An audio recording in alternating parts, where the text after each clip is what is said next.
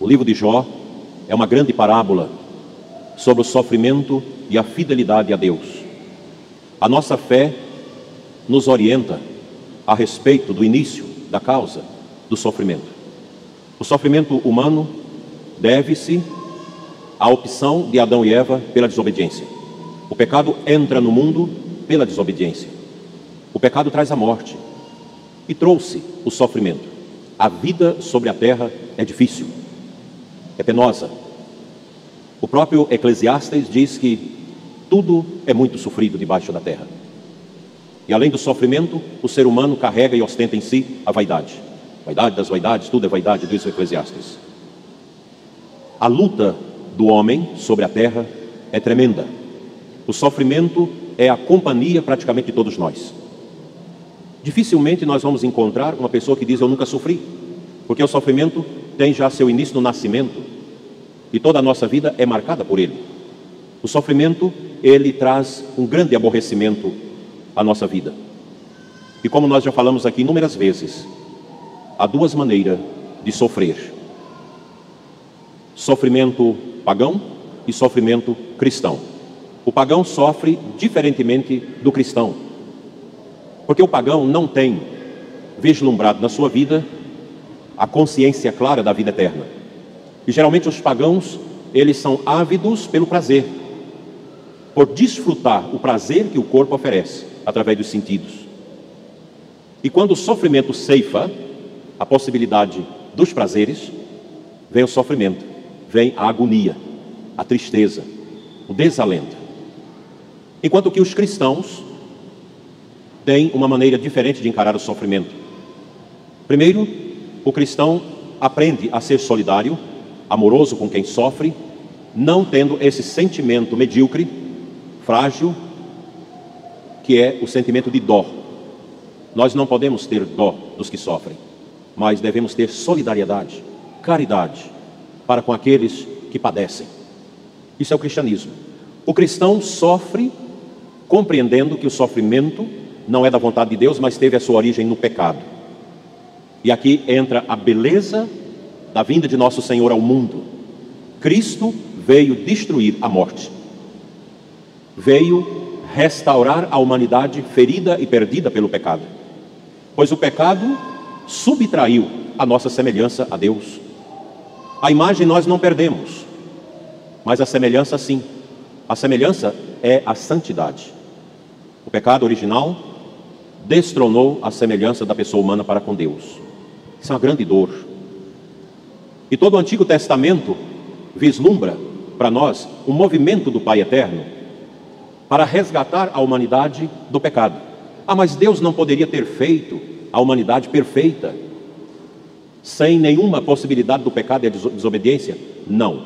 Se Deus nos criasse perfeitos, Ele anularia a liberdade. A liberdade é o dom mais precioso que nós temos. Eu lembro ainda como adolescente, assisti um pouco de longe o final de um júri na minha cidade. Aquele ambiente muito precário. E eu lembro que o juiz, ao proferir a sentença a um homem que havia matado a sua esposa, disse para ele: hoje você perdeu o dom mais importante da pessoa neste mundo, a liberdade. Você foi sentenciado a tantos anos de cadeia. Tantos anos, tantos meses, tantos dias. É interessante a contagem que a justiça faz da sentença. Se Deus tivesse nos criado sem a liberdade, Ele entraria em contradição com o seu ser, porque Deus, Ele possui um movimento sempre para fora. É um movimento de entrega, é um movimento salvífico, movimento de amor. Deus é assim. Nós egoístas, é o contrário. A gente quer sempre para a gente, sempre de fora para dentro de nós. Deus não é assim. Deus é transbordamento de amor. Deus nos fez livres. A liberdade é um imperativo fundamental na obra da criação da pessoa humana. E foi o mau uso da liberdade que introduziu o sofrimento no mundo, o pecado. Deus não nos criou para o sofrimento, mas para uma alegria no paraíso que Ele estabeleceu para nós. Mas o pecado estragou tudo. O pecado tirou da órbita o verdadeiro amor de Deus e introduziu o egoísmo humano. E o egoísmo estraga tudo. Mas mesmo assim, Deus não nega a si mesmo. quando no seu amor ele começa a derramar uma bondade que vai preparar a vinda do Messias. A teologia chama isso de economia salvífica. Desde Noé, depois os patriarcas, os reis, os profetas, Deus foi derramando a conta-gotas o seu amor. Até porque Deus não pode revelar-se tudo de uma vez. Nós não temos condições de absolver de uma vez a revelação divina. E Deus foi fazendo paulatinamente, aos poucos, até chegar o grande evento, o evento Jesus Cristo, Deus Salvador. Hoje nós escutamos melhor o Evangelho de Marcos, que vamos ler durante este ano litúrgico, e ainda estamos no primeiro capítulo. Jesus em ação. Ele chega à casa de Pedro. A sogra de Pedro está doente. Alguém me perguntava, mas por que não estava lá a esposa de Pedro? São Jerônimo diz que tudo indica que Pedro era viúvo.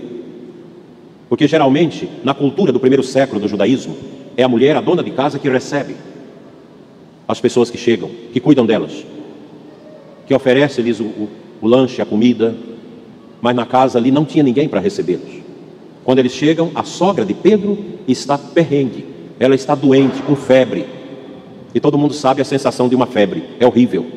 Você escorna, você deita, não aguenta, o corpo parece que passa por um estado de morrência, e você prostra, e Jesus chega ali, no quarto da sogra de Pedro.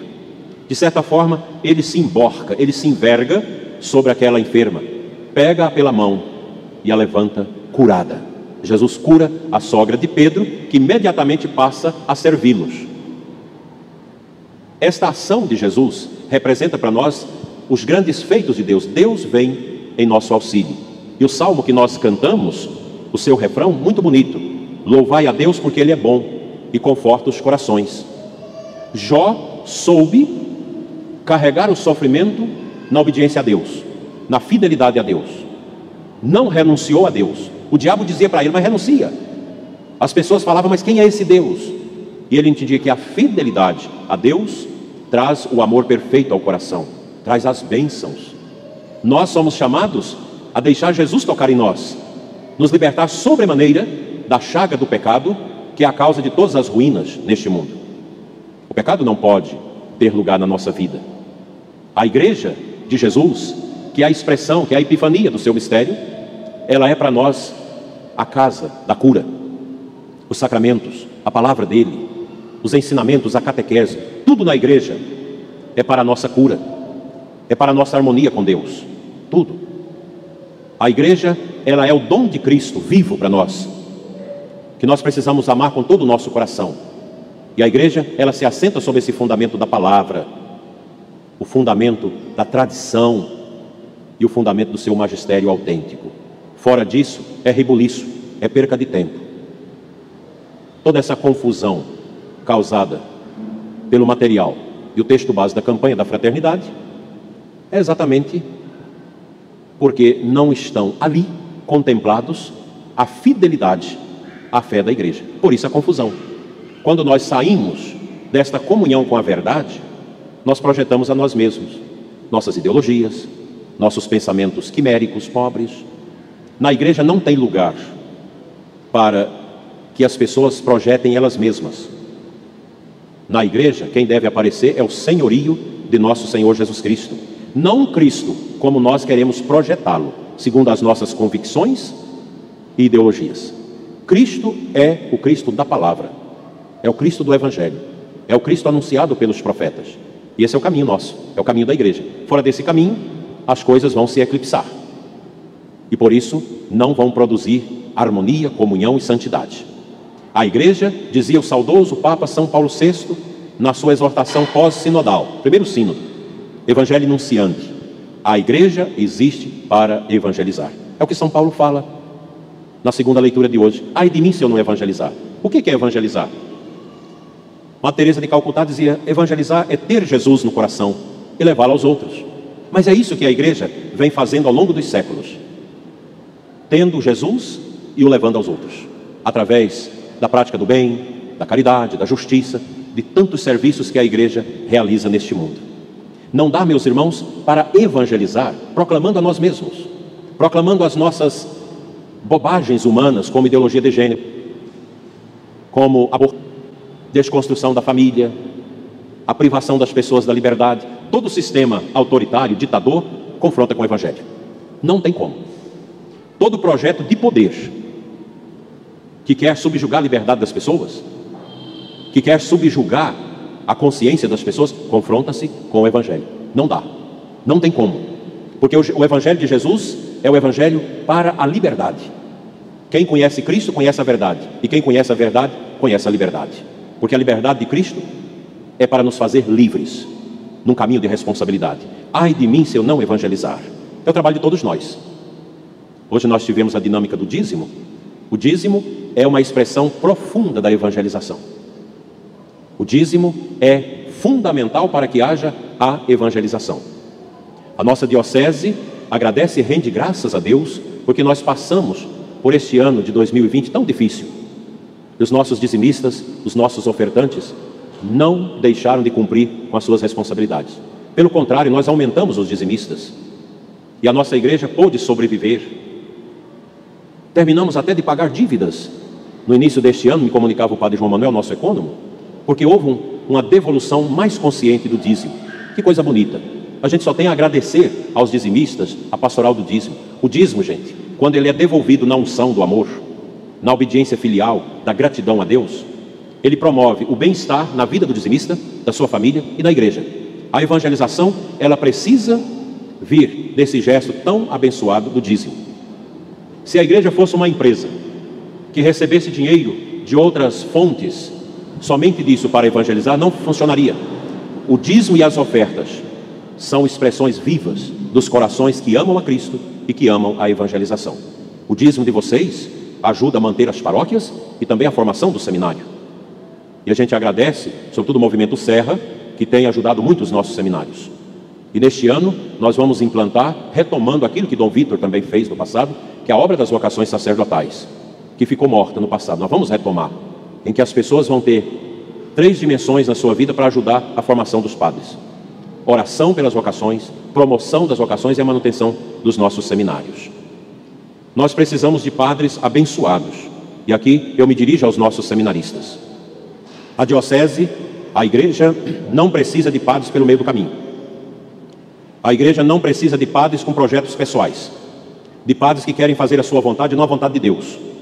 A igreja precisa de padres santos, padres configurados a nosso Senhor, padres pobres, padres castos, padres obedientes.